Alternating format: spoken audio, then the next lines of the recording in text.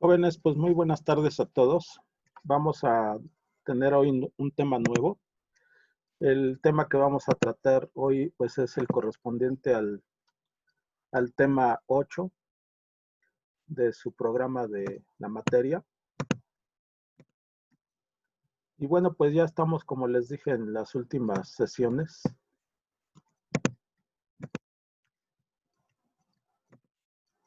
Entonces, hoy vamos a empezar este tema de obras civiles superficiales, ¿no? Entonces, vamos a empezarle con este tema. Vamos a empezar por definir qué es una obra civil, ¿no? Entonces se entiende por obra civil la desplantada en superficie, pero también la desplantada a profundidad. O sea, no necesariamente es una obra civil la desplantada en superficie. Bueno, me refiero a una obra civil en general. La obra civil puede ser superficial o puede ser profunda. Pero bueno, aquí primeramente vamos a ver las obras superficiales. Así que entonces son las desplantadas en la superficie. Ejemplo de ello, pues están las carreteras, las vías férreas, los puentes elevados, ¿verdad? Las presas, etcétera. Así, por ejemplo, una carretera o ruta es una vía de transporte de dominio y uso público, proyectada y construida fundamentalmente para la circulación de vehículos automóviles, ¿no? Entonces, vamos a ver aquí los tipos de carreteras, ¿no? Vamos a empezar con ese subtema. Existen diversos tipos de carreteras, aunque coloquialmente se usa el término carretera para definir a un camino convencional que puede estar conectada a través de accesos a las propiedades colindantes, diferenciándolas de otro tipo de carreteras. Las autovías y autopistas que no pueden tener pasos y cruces al mismo nivel. Es decir, la carretera pues en general es un camino que bueno, simplemente conecta a varias poblaciones y hay muchos cruces vehiculares. Pero en el caso de las autovías y autopistas, pues estas no pueden tener pasos y cruces al mismo nivel. Normalmente se hacen bajo puente o caminos alternos o puentes elevados o pasos vehiculares inferiores, ¿no? Pero entonces el término carretera pues es una vía terrestre, ¿no? Vamos a hacer un poquito de historia. Los romanos, fíjense que se cree que son los primeros caminos, fueron creados a partir del paso de los animales, aunque esto está puesto en duda ya que los animales no suelen recorrer los mismos caminos, ¿no? Pero bueno, eh, el camino de Ignield es un ejemplo de este tipo de origen, donde humanos y animales seguían un mismo camino. A estos caminos se les denomina caminos del deseo, ¿no? Entonces, vamos a entrarle a ver que el Imperio Romano, pues dentro de su expansión territorial, pues fíjense que la calzada romana era el modelo de camino usado por Roma para la vertebración de su imperio. Entonces, si uno de los factores pues, que favoreció la expansión del imperio romano fue exactamente esto, que tenían múltiples calzadas, ¿no? Entonces, la red viaria fue utilizada por el ejército en la conquista de territorios y gracias a ella pues se podían movilizar grandes efectivos con una rapidez nunca antes vista hasta entonces. Así que se debe a los romanos pues la primera configuración de caminos, ¿no? Entonces vamos a ver aquí que las primeras vías estratégicas hasta los años de 427 antes de Cristo, los romanos utilizaban caminos de paso, ¿verdad? Caminos de paso para ir desde Roma a las ciudades que la rodeaban. Las incursiones de los galos de Brennus, que serán desastrosas para los romanos en el 390 a.C., pues será el primer síntoma revelador de la ineficacia del sistema defensivo de Roma. Pero bueno, en el aspecto, nosotros vamos a verlo en el aspecto de las obras que dejaron, las obras civiles, ¿no? Entonces, aquí vean que es un corte esquemático de una vía como las que utilizaban los romanos. Y ellos realmente fueron un imperio que se extendió a casi toda Europa, debido a que tenían una gran experiencia haciendo caminos, ¿no? Aquí está un corte esquemático donde se ilustra un corte, pues, cómo lo construían. Vean que hasta abajo está el suelo nivelado y apisonado, ¿no? Primero partían de nivelar el suelo y apisonarlo. Luego el statumen, que son piedras del tamaño de un puño. Aquí está la capa B. La C corresponde a piedra de cantera, cemento y loam, ¿no? El estrato número D es un núcleus que se constituía de guijarros del tamaño de una nuez, ladrillos de cemento, piezas de piedra y arcilla. Ya por último, este era la última, dijéramos como la última cobertura, y correspondía al dorsum, que es una superficie curvada, ¿sí? Hacia, hacia dijéramos, este camino curvado estaba constituido de piedra sílex o de piedra de basalto, bloques de cantería, dependiendo del área, ¿no? Eh, Aquí se ve lo que corresponde a los, dijéramos, a la parte más exterior del camino, pues eran el crépido, que pues es una especie de, ¿verdad? De guarnición, ¿verdad? Era la guarnición del camino, el F y el G. Se constituía de marga, ¿sí? El camino elevado en cada lado de la carretera. Y por último, el G, que es lo que le llamamos ¿verdad?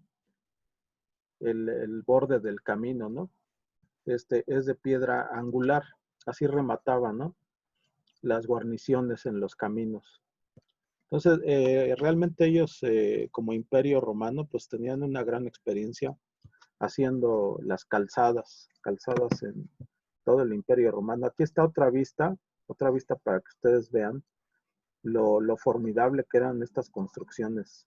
Y que créanme cuando les digo que estos todavía perduran hasta nuestro tiempo, ¿no? Entonces, son realmente caminos y construcciones, pues que son un exponente, ¿no? Un exponente de la buena ingeniería que ellos utilizaban, ¿no?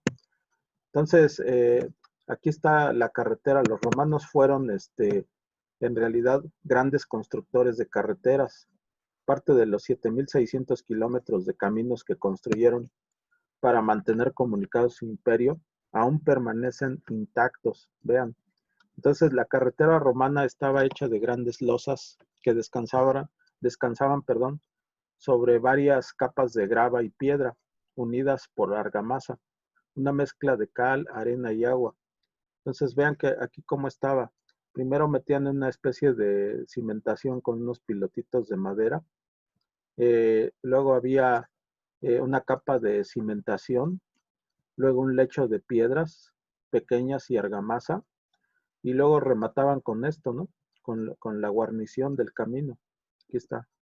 Entonces realmente eran pues bastante expertos en realizar todas estas obras que aún perduran hasta nuestro tiempo.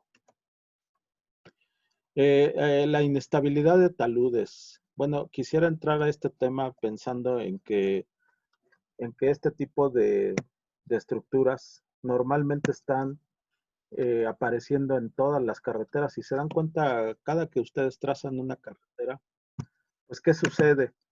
¿Qué sucede con la carretera? Pues que atraviesa diferentes lugares montañosos, ¿verdad?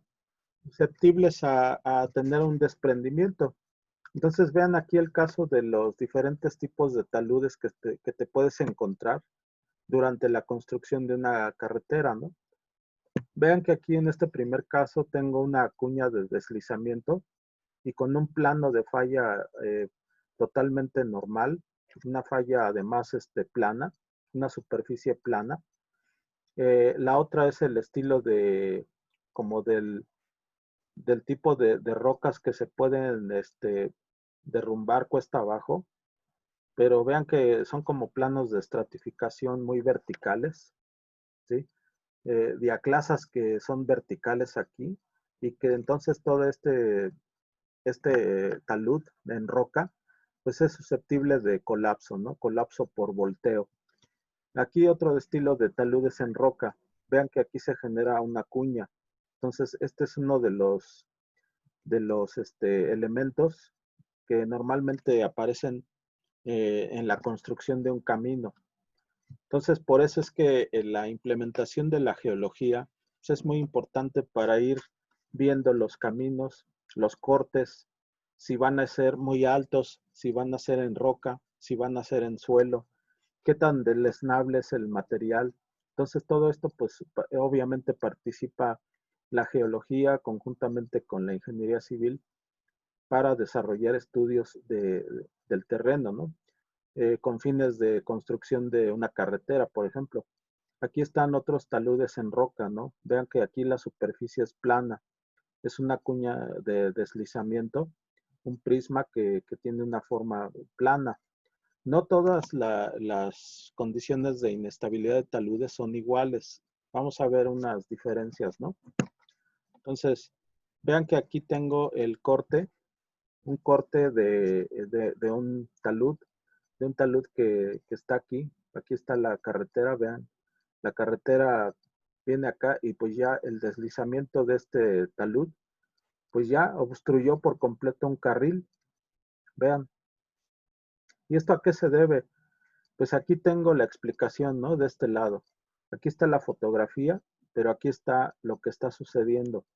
Es un plano de deslizamiento en la superficie de estratificación, pues se forman diferentes diaclasas, grietas, fracturas, ¿verdad?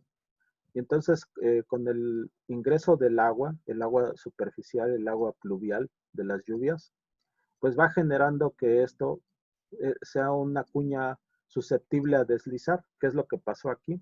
Entonces la estratificación aquí juega un papel fundamental. Obviamente que si lo mirara un ingeniero geólogo, pues diría, conviene no hacer un corte aquí carretero, ¿no? Porque vas a tener potencialmente esta superficie de deslizamiento. Tendríamos que poner unos gaviones aquí, ¿no? O un muro de contención para el posible deslizamiento de estas cuñas, ¿no? Vean los casos en los que la estratificación no juega un papel destructivo, ¿no? Aquí, por ejemplo, la estratificación viene en este sentido. ¿Qué quiere decir? Que aquí es poco el riesgo de deslizamiento. Pero aquí, vean, la inclinación de la estratificación va directamente hacia el camino proyectado, ¿verdad? Entonces aquí vean la explicación de la cuña.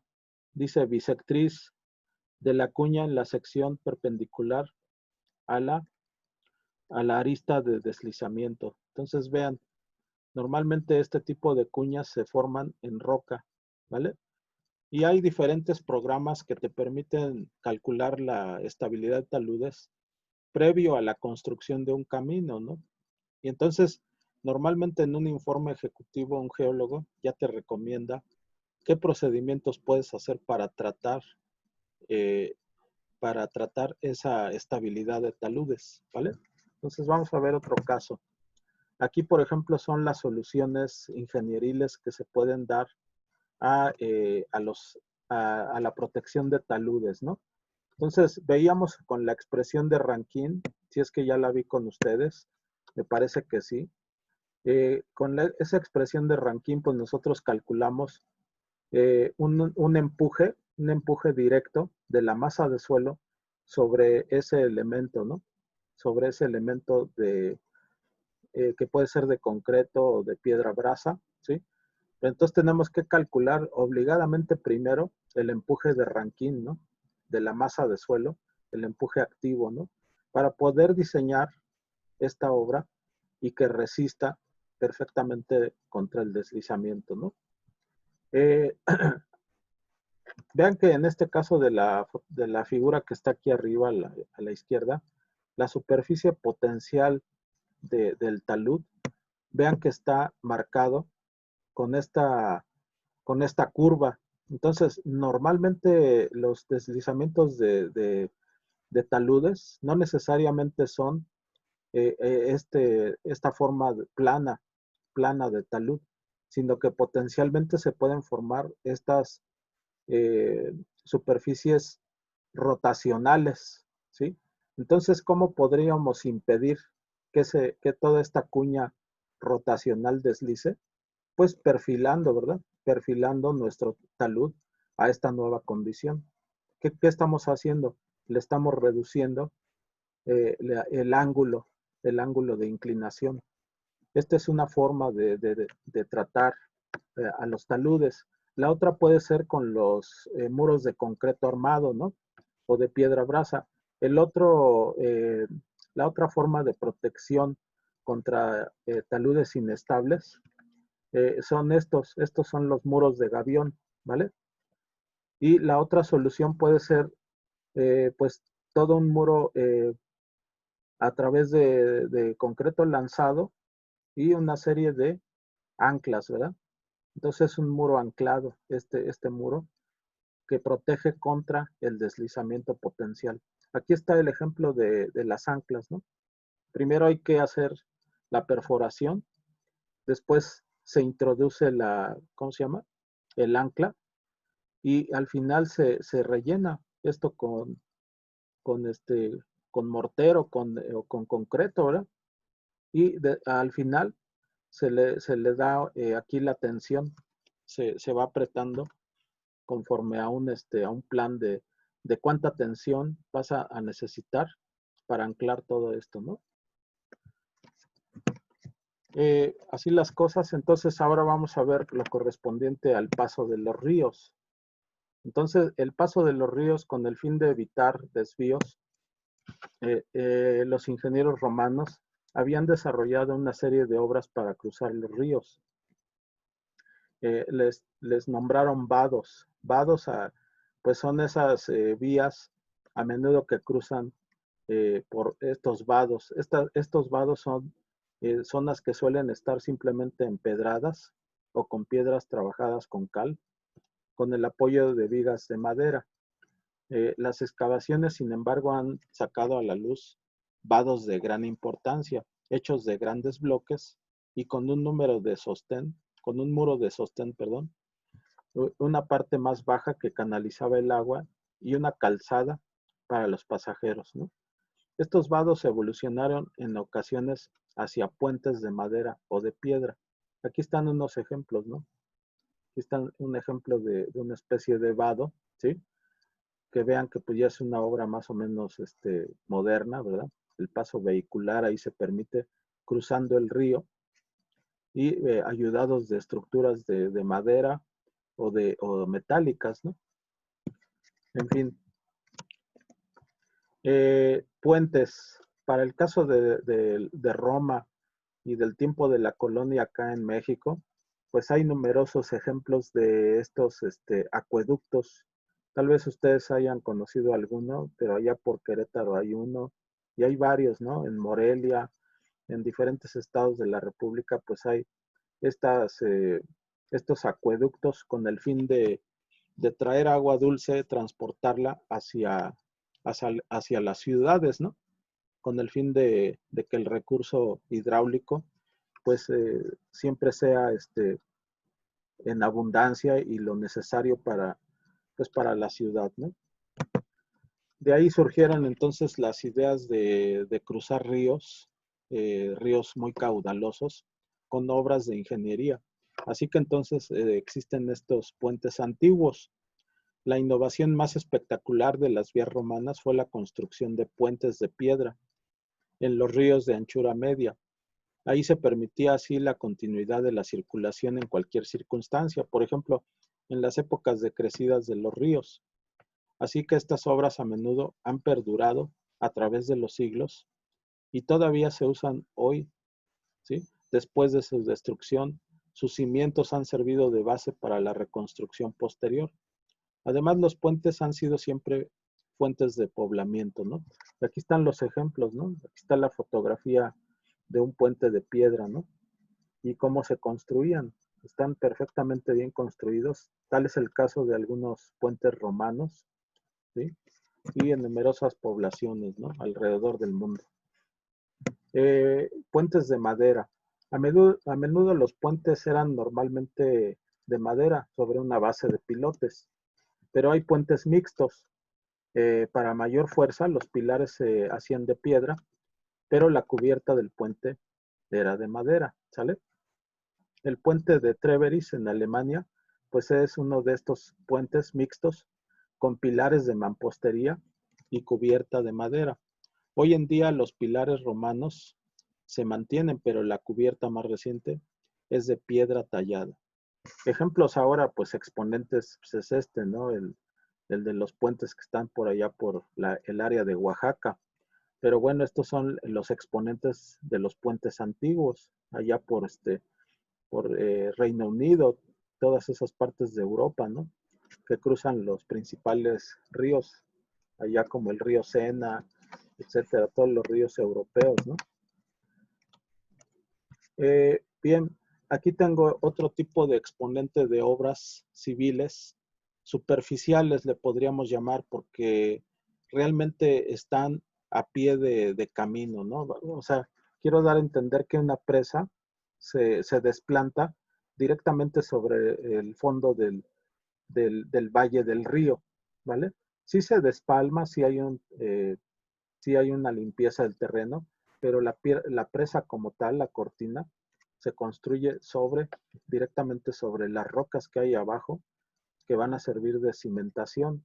Así que se podría decir que hasta la propia estructura y la roca que tiene abajo se comportan como una sola obra de ingeniería, ¿no?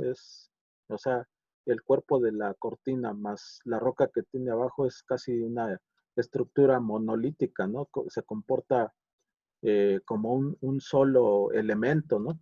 Entonces, hay diferentes tipos de cortina, por cierto, ¿no?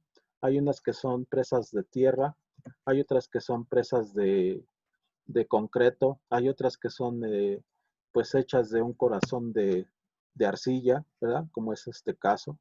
Eh, Hay otras que son de concreto armado y la gran mayoría de las presas en México se utilizan para la generación de energía eléctrica. Entonces son presas hidroeléctricas. Y aquí están los diferentes exponentes, ¿no?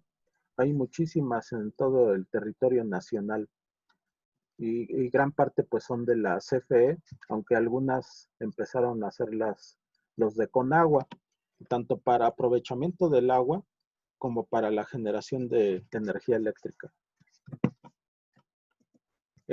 Vamos a entrarle al tema de vías férreas, que es otro de los exponentes de las obras de ingeniería, obras civiles superficiales, que es el tema que ahorita estamos tratando, ¿no? Entonces, como vía férrea, ¿qué se entiende? Pues también es denominada línea férrea y es la parte de la infraestructura ferroviaria que une dos puntos determinados del territorio y que está integrada por los siguientes elementos. Miren, hay una plataforma de la vía, hay una superestructura, como los carriles y contracarriles, hay traviesas y material de sujeción, obras civiles como puentes, viaductos y túneles e instalaciones de electrificación, de señalización y de seguridad y telecomunicación de la vía, caminos de servicio y los elementos que permiten el alumbrado. Entonces aquí está un ejemplo, ¿no? De esas vías férreas aquí en el territorio nacional.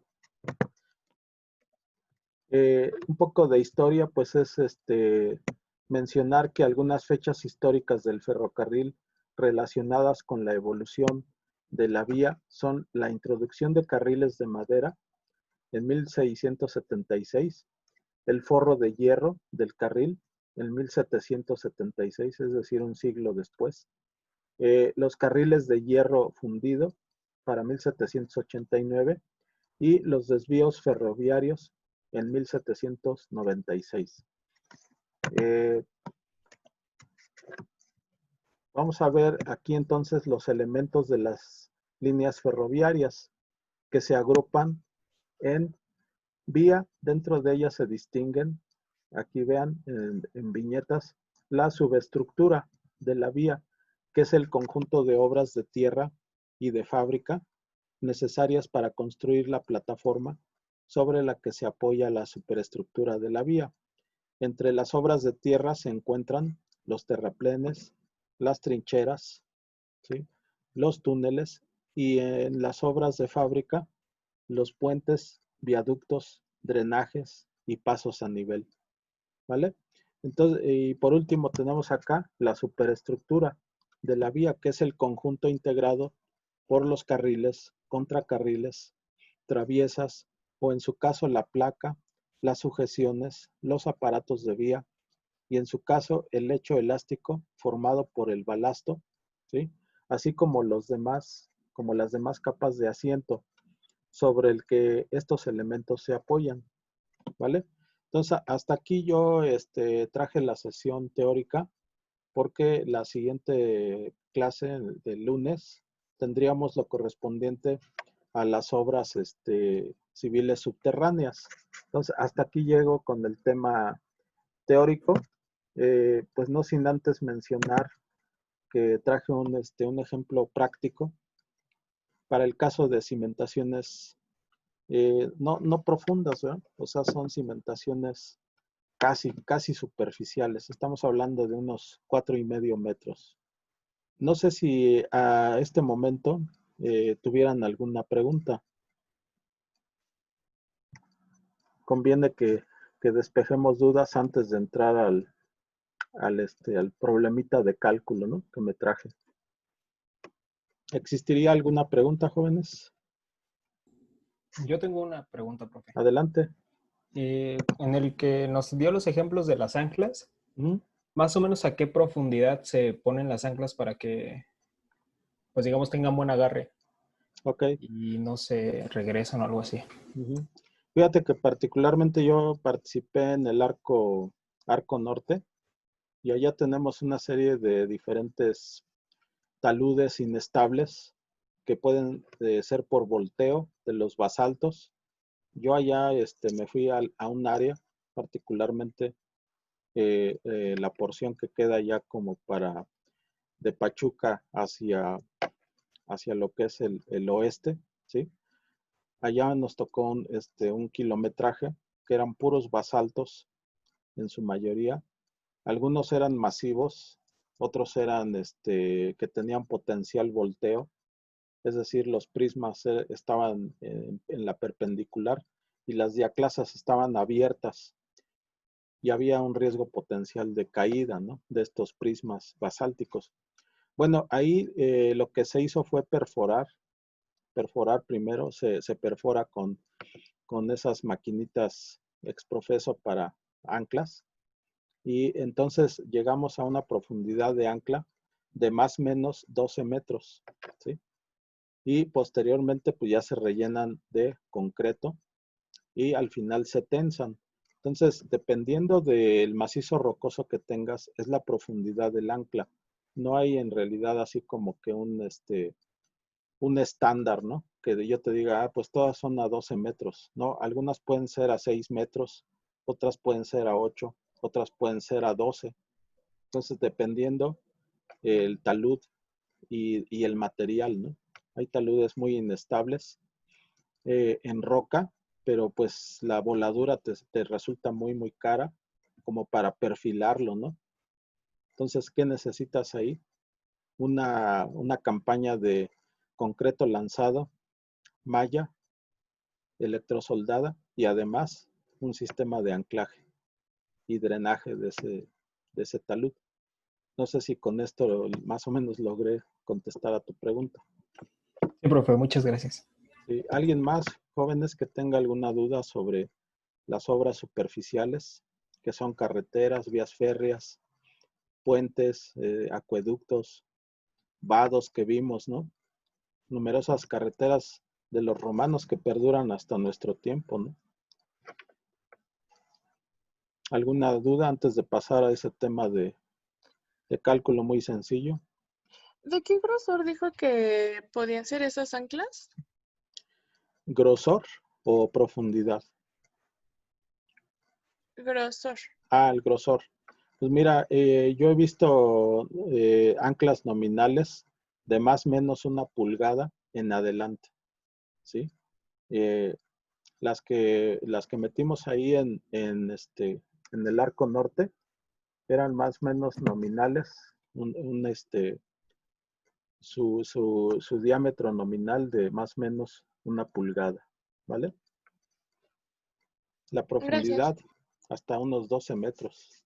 Algunas eran más cortas, en algunos tramos veíamos que la masa de la roca, pues a lo mucho tendríamos que anclar los primeros 6 metros, ¿no? Pero en algunos casos sí había riesgo potencial, entonces nos fuimos hasta más de 10 metros, ¿no? ¿Alguien más jóvenes que Ok, tuviera alguna, gracias. sí, alguna duda, alguna inquietud, algún comentario, incluso actualizaciones que ustedes tengan o hayan participado o hayan visto o hayan visto algún documental, algo que nos puedan también enriquecer aquí la clase? Adelante.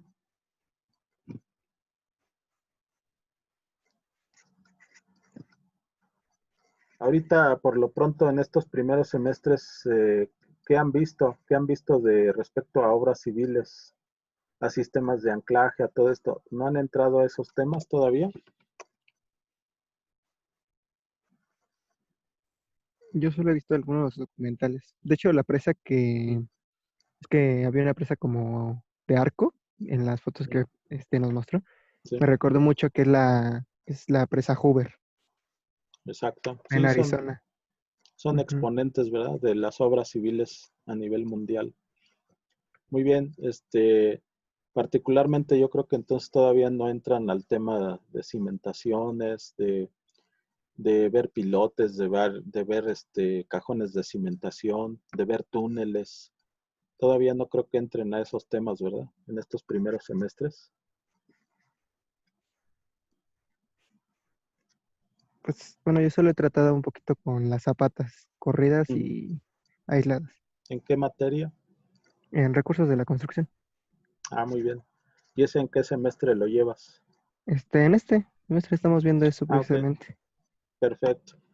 Pues miren, antes de pasar al tema entonces de cálculo, que está padre y está sencillo, ¿habrá alguna otra duda de ustedes? Si no, pues pasamos a ese tema, al tema La práctico. la ingeniería que se usaba antes en carreteras, ¿todavía se sigue usando en la actualidad? Pues fíjate que particularmente lo que dejaron como escuela los romanos, pues tristemente ya no. ¿Qué es lo que ahora se hace? Carpetas asfálticas con bases y subbases hidráulicas, ¿sí? Y que tienen unas profundidades ya estándar, ¿no? Son las que implementó la Secretaría de Comunicaciones y Transportes. Y pues ya sí siguen una norma oficial mexicana, ya son estándares, pero desde luego pues sí se dejó de aplicar lo que en su momento los romanos hicieron, ¿no? Me parece que ya son sistemas modernos y ahorita lo más moderno son las carreteras de losas de concreto, ¿no? Ya estamos hablando de concreto hidráulico, así le llaman, ¿verdad? Los ingenieros civiles. No sé si sepas de esto, Andrea. No, no he investigado, pero yo creo que lo voy a hacer. Claro. Pues sí, de hecho, lo más moderno ahorita es, en vez de carpeta asfáltica, ya se está implementando, por ejemplo, allá donde tengo una casa allá por Coacalco, se implementaron la buena idea en vez de carpeta asfáltica, meter concreto hidráulico, ¿no? Entonces, me parece que es más durable y tiene una mejor funcionalidad y durabilidad. Muy bien, jóvenes, ¿alguna otra pregunta que tuvieran? Si no, pues nos vamos al cálculo, ¿vale? Entonces, hoy me traje este ejemplo. Desde luego es un ejemplo como todos los que hemos visto acá en geología. Pues problemas muy tranquilos, pero que sí involucra que ustedes pues hagan bien sus operaciones, ¿no? y que hagan bien su conversión de unidades y lleguen a lo que debe de llegarse, ¿no? O sea, algo coherente, ¿no? Y además, entonces, pónganle cuidado, aunque es una matemática básica, aritmética básica, pues háganlo bien, ¿no? Para que lleguemos todos al mismo resultado. Bueno, aquí en la ilustración vean cómo hay unas excavaciones para desplantar cimentaciones, ¿sí? Usualmente para los edificios, normalmente en el Valle de México, en suelos cohesivos, pues vamos a tratar de irnos unos metros abajo, principalmente para meter cajones de estacionamiento, aunque no es exactamente lo que se busca, ¿no? Realmente los cajones de cimentación lo que pretenden es que la cimentación sea como una especie de cimentación flotante, ¿sí? Porque a medida que excavas, el suelo que está abajo pareciera como si fuera un barco, ¿no? Un barco que está embebido en el agua, pues flota porque lo carga lo que tiene abajo, ¿no? El barco flota por el empuje hidráulico hacia el casco del barco, ¿verdad? Pues igual en las obras de ingeniería civil se pretende eso, ¿no? Cimentaciones que puedan ser algo así como cimentaciones compensadas que floten, ¿no? Entonces vamos a ver un caso que particularmente pues yo cuando empecé mi trabajo allá con los ingenieros consultores de Irak, pues ahí hacíamos numerosas revisiones de cimentaciones de edificios, ¿sí? Conforme al nuevo reglamento de construcciones, ¿no? Entonces, a mí me tocó revisar un montón de cimentaciones en el Valle de México. Y este es un caso que pues a mí me gustó. Incluso lo conservo todavía entre mis archivos. El estado límite de falla en revisión de la cimentación para suelos cohesivos, ¿no? Entonces es un caso de un edificio de la CFE que está aquí dentro de la ciudad, en las calles de Río Ródano y Río Atoyac, ¿no? Entonces vamos a entrarle. Este edificio es propiedad de CFE, todavía lo pueden ir a visitar si es que tienen la oportunidad de irse a echar una vuelta por allá, pues todavía está ahí. ¿Gracias a qué? A que lo recimentamos, ¿no? Y me refiero a que yo participé, o sea, entonces, aquí está el esquema. Vean que es un esquema de las condiciones que se tienen allá. Es un cajón de cimentación que se pretendió en esa ocasión con el objeto de revisar la cimentación. Entonces, las dimensiones de esta excavación que alojaba este edificio en Río Ródano y Atoyac, pues tiene un ancho B de 17.5 metros y una longitud hacia atrás, ¿sí? De 47 metros. Una profundidad de desplante, ¿sí? Aquí en inglés creo que es desplante foundation, ¿no? Es la profundidad de la cimentación a menos 4.5 metros, ¿verdad? Y aquí están los datos, ¿no? Longitud de la excavación, 47 metros. Ancho de la excavación, 17.5. Profundidad de la cimentación, 4.5 metros. Y aquí están unos parámetros de suelo que nos van a servir para calcular este estado límite de falla. ¿Qué es esta gama? Gama que es el peso volumétrico, así se simboliza con este símbolo gamma, es igual a 1.787 toneladas por metro cúbico. Este parámetro nos lo da un laboratorio de mecánica de suelos, ¿no? Y la cohesión igual a 2.5 toneladas por metro cuadrado, ¿sí? Estos valores nos los da un laboratorio de mecánica de suelos, ¿vale? Entonces, con estos datos vamos a tener que, pues nosotros observar el cumplimiento de la siguiente desigualdad.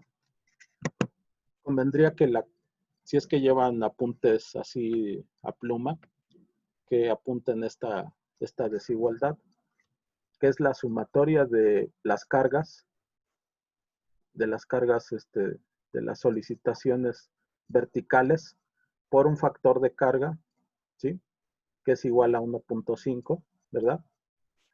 Y entre el área de la cimentación. Y esto debe de ser menor, por eso es una desigualdad, menor a la cohesión que multiplica a un factor NC, ¿sí? Que es un factor que viene pues más o menos acompañado de la cohesión, ¿no? Y otro que es un factor de reducción más una presión volumétrica, ¿no? A la profundidad de la cimentación. Entonces, con los datos que tenemos, pues vamos a evaluar, ¿no? Yo les pediría en este momento que saquen calculadora, porque le voy a preguntar a diferentes personas que me vaya calculando cosas, ¿no? Entonces, vean que aquí la expresión de NC es esta igualdad, ¿sí? 5.14 que multiplica a todo este paréntesis, ¿no? 1 más la profundidad de desplante entre B más 0.25 o 25%, ¿verdad? De B entre L.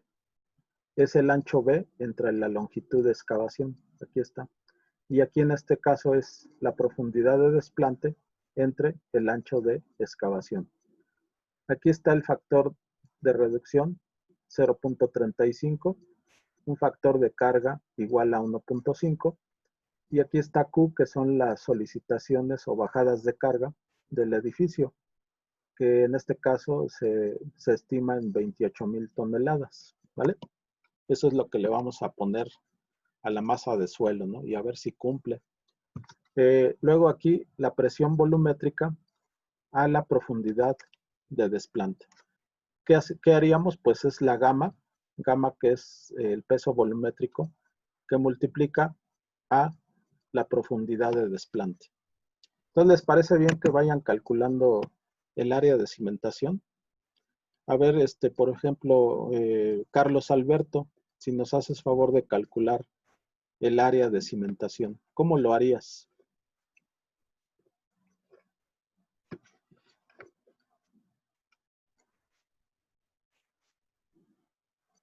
Este, sería lo de gamma por DF. No, ese es el peso volumétrico, la presión volumétrica a la profundidad de desplante. Yo te estoy pidiendo el área de cimentación. ¿Cómo calculas un área? Largo por ancho. Largo por ancho. Y si ya te los di en el inicio, que eran Ok. los datos de entrada, aquí están. Los Son datos de entrada del 4.5. problema son, aquí están. Ancho B, 17.5 metros. Longitud, 47 metros. ¿Vale? ¿Cuánto te da? Pero es que no alcanzo a escuchar. ¿Lo puedes repetir, por favor? Pues es que hay que ir anotando, jóvenes, ¿eh? No crean que les puse esto para que se aburran y nada más lo estén viendo. Anoten esto, o sea, dibujen el esquema, anoten los datos, ¿sí? Y vayan sacando las operaciones, ¿no? Sí, aquí no nada más se trata de ver como televisión, ¿no? Ya ahí que el profesor esté hable y yo no copio nada, ¿no? No, pues este ejercicio es para que vayamos haciéndolo, ¿no? Entonces, ¿cómo lo harías, Carlos Alberto? Es 822.5. 47 por 7.5. ¿Cuánto? 822.5. Ok, muy bien, entonces vamos a certificarlo, ¿no? Pues sí, de hecho tienes razón. Multiplicó el compañero el ancho por la longitud de excavación, ¿sí? Da 822.5 metros cuadrados. Aquí se me fue, pero bueno, un teclazo de más. Pero quería preguntar que certifiquen que ese QFC hagan la multiplicación directa de 28,000 toneladas por 1.5 de factor de carga. ¿Cuánto les da?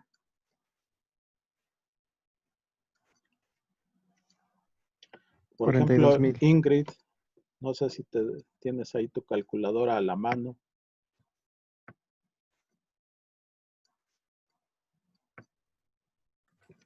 Sí, da 42,000. Muy bien. Entonces ahora vamos a calcular el NC. Entonces, ¿cómo lo van a calcular? Normalmente yo les invito a que primero vayan desarrollando este segundo factor. Bueno, lo pueden hacer como quieran, pero yo acostumbro a hacer B entre L que multiplica a 0.25. Ya tengo sumando. Luego DF entre B. Lo guardo en la memoria, ¿no? Ahí. Y luego DF entre B, que es profundidad de desplante entre B, más 1. Ya que tengo todo el paréntesis, es decir, estos dos sumandos, ¿sí? Todo este paréntesis, ya que tengo el resultado de adentro, lo voy a multiplicar por 5.14. Ahora, hay calculadoras en las que ya pones todos los datos, hasta con paréntesis y todo, pues ya te da el resultado, ¿no? Si fuera el caso, a ver, Luis Castillo, si es que tienes esa calculadora así de las modernonas, pues ya te da el resultado, ¿no? Nada más Sí, le a ver, introduces permítame, datos. déjame, pongo los datos. DF, que son 4.5 metros, entre el ancho B, que son 17.5, lo sumo con la unidad, y luego el otro factor, el otro sumando es ancho B, que son 17.5 entre 47 metros, que multiplica a 0.25. Ya que tengo todo esto del paréntesis, ahora sí, por 5.14. Y si no, bueno, pues si ya son calculadoras modernas, pues ya le meten todo. Y de un solo trancazo, pues ya me dicen NC igual a tanto. ¿Ya lo tienes, Luis Castillo? Sí, profe. Lo metí ¿Cuánto te completo en da? la calculadora y me dio 6.9401. Sí, pues más o menos, ¿no? Ahí yo tengo por redondeo y errores de redondeo, pues ahí más o menos, ¿no? Tenemos que llegar más o menos a eso, a 6.94, ¿no? Como dice su compañero. ¿Qué más tenemos? El 0.35 de FR y vamos a calcular ahora, por favor, si me ayudas, Abundis, si me ayudas con esta presión volumétrica a la profundidad de desplante. ¿Cuánto te da? ¿Me puedes repetir los valores, por favor? Pues aquí está la gama y eso deben de copiarlo, ¿eh? Sí, Desde el sí, inicio. Y la gama es de es de 1.787. 1.787 que multiplica a 4.5 metros de profundidad. Me da de 8.0415. Muy bien. 8.04 más bien debe de darte, ¿sale? Sí, y a todos les debe de ir dando esto. O sea, deben de ir certificando que las operaciones sean correctas. Y todos tenemos que llegar a lo mismo, ¿vale? Entonces, ¿sí checaste, Abundis, que te dé esto? 8.04. Sí, me dio 8.0415. Muy bien, perfecto. Gracias. Pues a ver, vamos a continuar entonces. ¿Qué es lo que nos queda por hacer? Pues sustituir los valores en la expresión, ¿verdad? Entonces, así lo haríamos. 28,000 toneladas que multiplica a 1.5 de factor de carga entre 822.5 de área, metros cuadrados, debe de ser menor a lo siguiente, ¿no? La cohesión, que es de 2.5 toneladas por metro cuadrado, que multiplica al factor NC, igual al que evaluó su compañero Luis Castillo, 6.94 o 6.939, como quieran, que multiplica un FR de 0.35 y todo esto sumado con 8.04 toneladas por metro cuadrado, que es las unidades correspondientes a la presión volumétrica a la profundidad de desplante. No se olviden de las unidades, ¿verdad? Las unidades de la cohesión son toneladas por metro cuadrado. Las unidades de la presión, una presión es una fuerza sobre un área, entonces son toneladas por metro cuadrado, ¿vale? Chequen sus unidades. Los números adimensionales son el factor NC y el factor NR. siendo adimensionales no afectan el resultado, ¿no? De este otro lado son 28,000 toneladas por 1.5, que es un factor adimensional, ¿sí?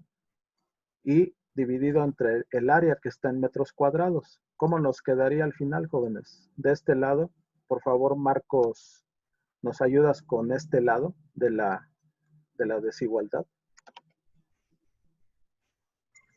El 28,000 por 1.5 Entre el área. entre los 822.5 me da 51.06. Perfecto, muchas gracias. Ahora del lado derecho, Figueroa, si nos escuchas. ¿Sí? Sí, profesor. De este lado, por favor, todo esto. ¿Sí? Me da 14. La multiplicación directa de estos tres factores más la suma.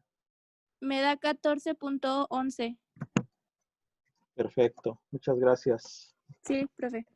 Entonces aquí está lo que obtuvo nuestro compañero Marcos, 51.06 toneladas metro cuadrado, y lo que acaba de obtener su compañera Figueroa, 14.11 toneladas por metro cuadrado. ¿Qué vemos? Que la desigualdad no se cumple. ¿Estamos de acuerdo?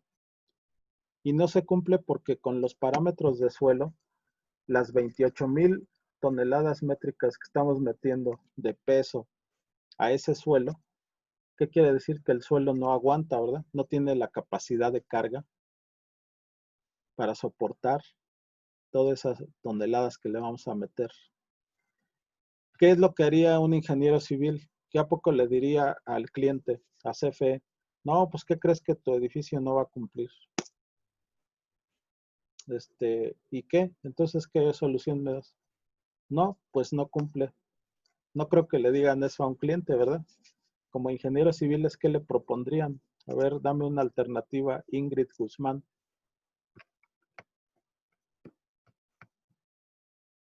Ya vimos que no cumple matemáticamente. ¿Qué pensarías como una solución para tu cliente, en este caso la CFE? ¿Qué le dirías? No cumple, pero te propongo esta otra solución. A ver, ese es el ingenio, ¿no? Esa es la ingeniería civil. ¿Qué le propondrías, Ingrid? Poner muros de contención. Pues no, porque lo que vamos a cargar es un edificio, ¿no? No vamos a hacer una carretera. Vamos a soportar un edificio de la CFE, ¿no? Entonces ya vimos que no cumple. El suelo no lo carga. No puede cargar esas 28,000 toneladas. ¿Qué harías tú? ¿Qué le dirías al cliente, a la CFE? Pues no cumple así, pero te propongo una solución, ¿no? ¿Qué solución le darías, Ingrid? Poner pilotes a mayor profundidad para que resista más. Exactamente, exactamente. Muy bien contestado, ¿no? Entonces, si se dan cuenta, compañeros, pues así es. La ingeniería civil, a través de los ingenieros consultores que somos nosotros, los geotécnicos, te decimos, mira, ¿qué crees que no cumple? Ni modo que le digas al cliente, no, pues ya no va a cumplir y pues reduce el tamaño del edificio o quítale peso o si iba a ser de 12 niveles, pues quítale 6 para ver si cumple. Pues no puedes hacer eso, ¿verdad? Como dice la compañera, tienes que pensar en una solución que realmente satisfaga las necesidades del cliente. Por algo te está pidiendo un edificio que pese 28,000 toneladas. Estructuras te las calculó, ¿no? Porque le dan las dimensiones del edificio, les dan el número de niveles, ¿sí? Y entonces estructuras calcula, pues tu edificio va a pesar 28,000 toneladas. Con este suelo que tienes ahí en el Valle de México, no cumple.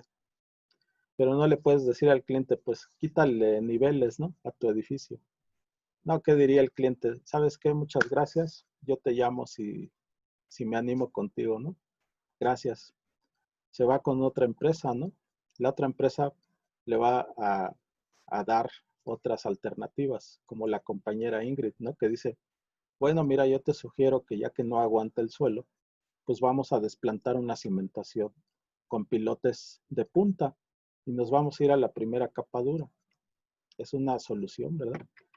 Y así es como entonces yo les invito a que con este ejemplo de cálculo, que seguramente va a venir en una tarea, posiblemente en un examen, ¿verdad? Pues empiecen a entender, ¿no? Cómo se realiza la geotecnia, cómo nos anticipamos, ¿verdad? Estos son una especie de modelación, ¿verdad? Antes de que construyas, ¿qué tal si construyes el edificio de 28,000 toneladas y no hiciste la geotecnia? ¿Qué le pasaría a tu edificio, Luis Castillo? Pues como el suelo no lo aguanta, ¿Mm? pues siento que hasta se podría caer, ¿no? Por lo Exacto. mismo. Entonces, ¿te aventarías a hacer tu edificio sin hacer geotecnia? Pues no, porque, pues ¿Verdad? es que, por ejemplo, ahorita estamos hablando de una empresa, por ejemplo, como CFE, Ajá. pero a lo mejor como tal en una casa, pues a lo mejor no afectaría tanto, pero ya cuando hablas de un edificio de 28,000 toneladas, pues creo que sí tienes que, como propietario, tienes que ver Todos las los características estudios, del lugar y todo para todos los que... estudios geotécnicos, ¿no? Que tienes Ajá, que realizar exactamente. para modelar. Es una especie de modelación, ¿verdad? Numérica, si ustedes quieren. Pero ya con esto determinamos, no cumple. ¿Qué solución le podemos dar? No, pues a ver, métele zapatas o a ver, métele un cajón más profundo. En vez de 4,5 metros, pues vete a 9 metros. No, pues no, sigue sin cumplir. ¿Qué hacemos? Pues la alternativa, ¿no? Cimentación con pilotes. A ver, de fricción, ¿nos aguantará? No, pues que no. A ver, pilotes de punta a la primera capa dura. Entonces son alternativas que ustedes tienen que modelar si es que se dedican al área geotécnica. Y si no, bueno, pues si nada más son constructores, pues tendrán que basarse ustedes a lo que el geotécnico les diga, ¿sí? El área geotécnica es la que dice, te vas a ir a tal profundidad, con tal cimentación, con este procedimiento constructivo, y te vas a ir con pilotes de punta. Vean, esa es la ciencia de la geotecnia, ¿no? Entonces, espero que les haya gustado el problemita, pues es el ejemplo práctico.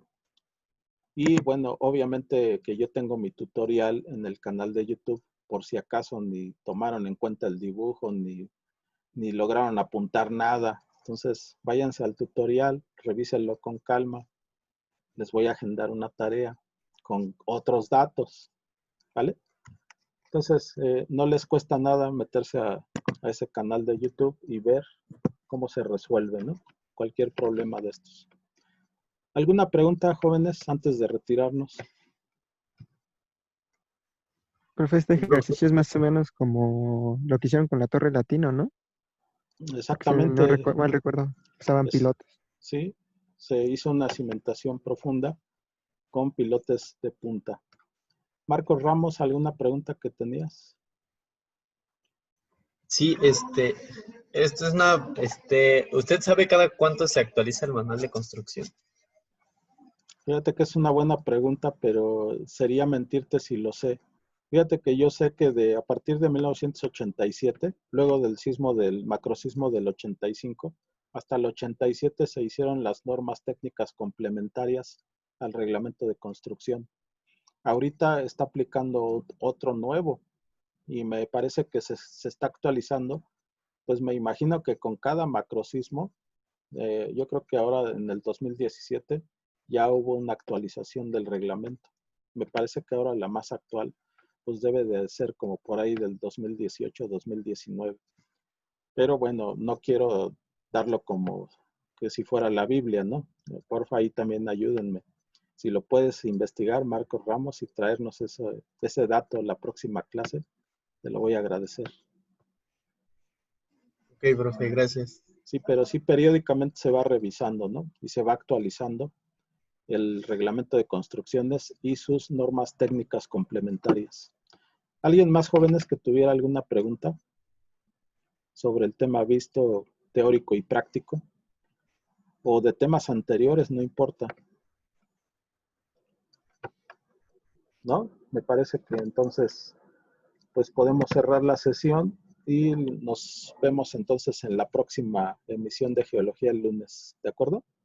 No falten porque ya son los últimos temas. Que estén bien, jóvenes, cuídense. Hasta luego, profe. Hasta luego, profe. Hasta luego, Bye. profe. Adiós, profe. Hasta luego.